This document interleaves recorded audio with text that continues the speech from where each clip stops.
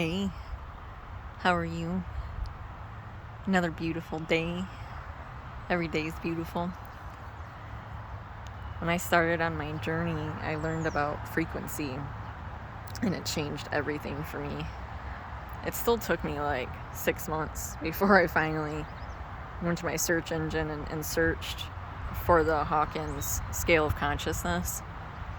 If you do that and you go to images, you're going to see a bunch of graphics that it's just a frequency chart. It actually shows all of the frequencies, and some of them are more detailed than others. Some of them even show like the different dimension, like the different dimensional caps for the different frequencies.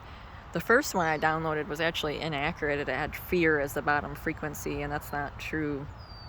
Guilt and shame are lower than fear, so just make sure that you get one that's right. But if you do that, it's going to change your life.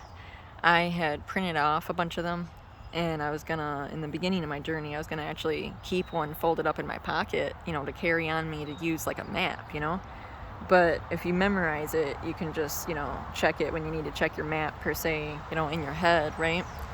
So frequency is a scientifically proven thing that can be measured. It's measurable. Every living thing has a frequency at all times. So like this tree has a frequency, I have a frequency, my dog has a frequency, right?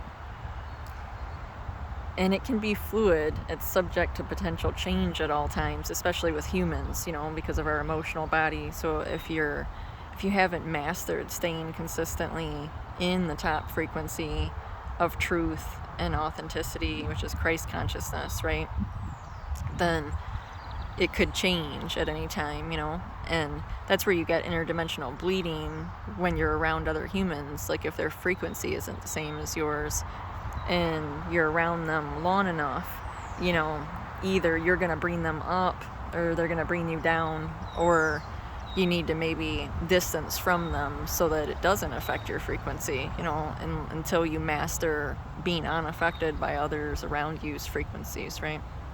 So the reason why this is important is because this experience that we're in a physical human vessel, right? So we see this beautiful world that we live in, or whichever one you choose, right? And you see what we perceive as the physical matter around us, right? And you see that with your two physical human eyes. You hear these beautiful birds with your two human physical ears, right?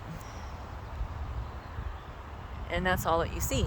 So, in some ways, of course, there are changes depending on which world you're in and which frequency you're in. But for the most part, they all kind of look and sound the same. But you could be in a totally different world and you just can't really tell, right? Because you're looking with your eyes and hearing with your ears, So if you feel with your heart and your gut and your intuition, you'll feel when a frequency is off, right? Energy doesn't lie, right? So when you're in a place or around a person, every sentence someone says, you can break it down to frequency and be like, well, where's this person coming from? Are they in fear frequency? What frequency are they in, right? And that's my trick for navigating this avatar that I'm in, for moving from world to world, or, staying in one frequency and not moving from world to world, right? But it's also my map to know where I'm at, right? So I kind of look at it like a video game. Like if we were in Super Mario Brothers, when we're on the lighter levels, right, the easier levels, it's sunny, and there's like turtles and there's all this fun stuff, right? And it's low stress and it's a super easy level, right? But when we dip down to those lower frequencies and we have one of those boss fight levels where we go down to the dungeon, we know right away that we're down there because we hear the dungeon music, it's dark, there's lava everywhere, right? And it's very obvious that we're on a low frequency, right?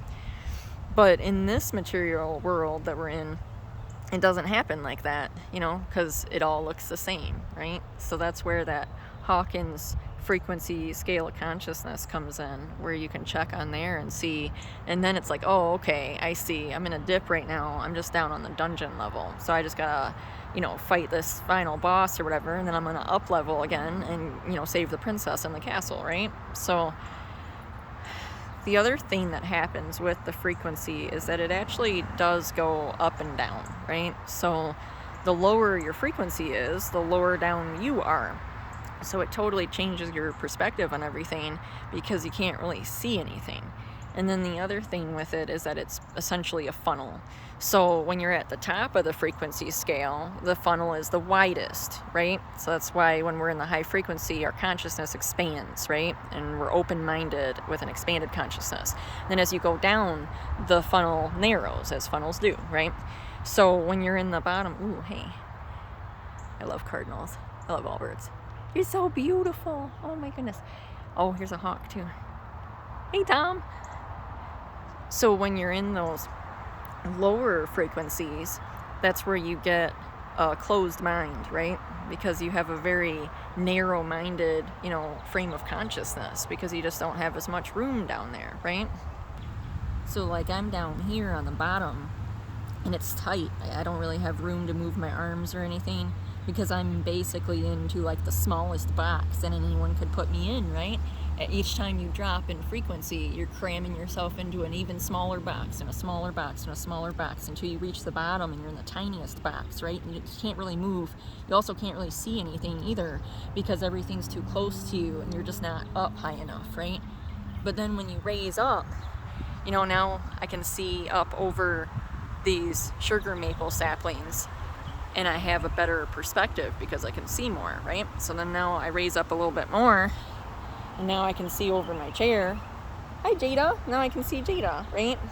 And if I were to raise up over this tree line, then I have that bird's eye view. Now I can see everything, right? Because nothing is obscuring my line of sight because I have that higher perspective, right? So when you're down lower, you have to always just remember that you forget a lot of stuff because the veil's down there and the veil's thicker the farther down you go. But also it's just because you can't access that stuff anymore. You can't see it. You don't have access to it. So you just got to rise back up in frequency and then you can access everything again. You have access to, esoteric wisdom, sacred knowledge, and you can actually see everything, all the blessings that are in your life that just aren't down at those lower frequencies because you can't get to them down there, So I see it kind of like how they depicted it in Stranger Things. If you've watched that show, there's a series called Stranger Things. And when they go to the upside down world, that's that bottom half of the frequency chart, right? That's the lower frequency world where everything is literally inverted. Everything's upside down. So everything is perverted in various ways and everything is mixed with lies, and that's where the veil is, and it gets thicker the farther down you go, So we want to stay in the top half of that frequency chart where we're in the new higher frequency world where everything is right side up and beautiful, and that's where all of our blessings are, and then all of the experiences that we signed up for on our sacred timeline path, they're all going to be higher frequency experiences that are going to be in those top frequencies. So what I recommend is, just be mindful of your frequency always, and don't take on frequencies that aren't yours. You know what your frequency is. So instead of sucking up all the frequencies around you like a sponge, like I always did before, just observe them and just take a little tiny little sample of the frequency, like a little taste, right? I learned this from my sister. And see if that's your frequency or not. And if it's not your frequency, don't take it on and change your frequency to match it, because that's not you. Keep your frequency, and then you can draw in that energy if you want to and just transmute it into your light frequency energy, and then it just makes you stronger and more powerful and adds to the amount of energy that you have. Energy can't ever be destroyed, it just changes. So don't be threatened by frequencies around you, but also don't ever let them cause you to change your frequency, because when you change your frequency, you quite literally drop down to a lower band of frequency in this material world. If you stay down there long enough, you'll actually change the path that you're on and the world that you're living in, because you'll eventually end up solid in that upside down world, and then you'll have to raise back up to, the right side up world again, which isn't that big of a deal as long as you're mindful of it. Just be mindful of it. And the main thing too, since the veil is so much denser down there, is that a lot of times you don't notice it right away because that veil of forgetfulness covers you and you don't really realize what's happening at first. So then you know, whenever you don't feel like yourself, or if you feel out of alignment, or you feel disconnected, right? Those are signs that you're in a low frequency. So just get out your map and look at the chart and see, like, well, where am I? What frequency am I in? What, like, world am I playing in right now, per se, right? Like, you know, those video games where you choose which realm you're gonna fight in, right? Figure out where you are, and then just come back to the center, a place of neutrality where you're unattached to all outcomes and you're unattached to everything. Just release everything except God, right? Release yourself. Release all the expectations that you put on yourself. Release whatever you're feeling. Release everything around you. Everything. Just release everything. Come back to a place of neutrality. And then you can rise back up from there. Like, I like to connect to Christ consciousness from there, because to me, that has always felt like unconditional love. And I resonate with love frequency, so then I can come back up to love, and then from there I just go up one more step to truth and authenticity, and then I'm in full Christ consciousness, because, you know, I'm living my authentic self and just being in truth again, you know, and then you're back in the top frequency, and that's where you always want to be. So check it out. It will change your life. I love you.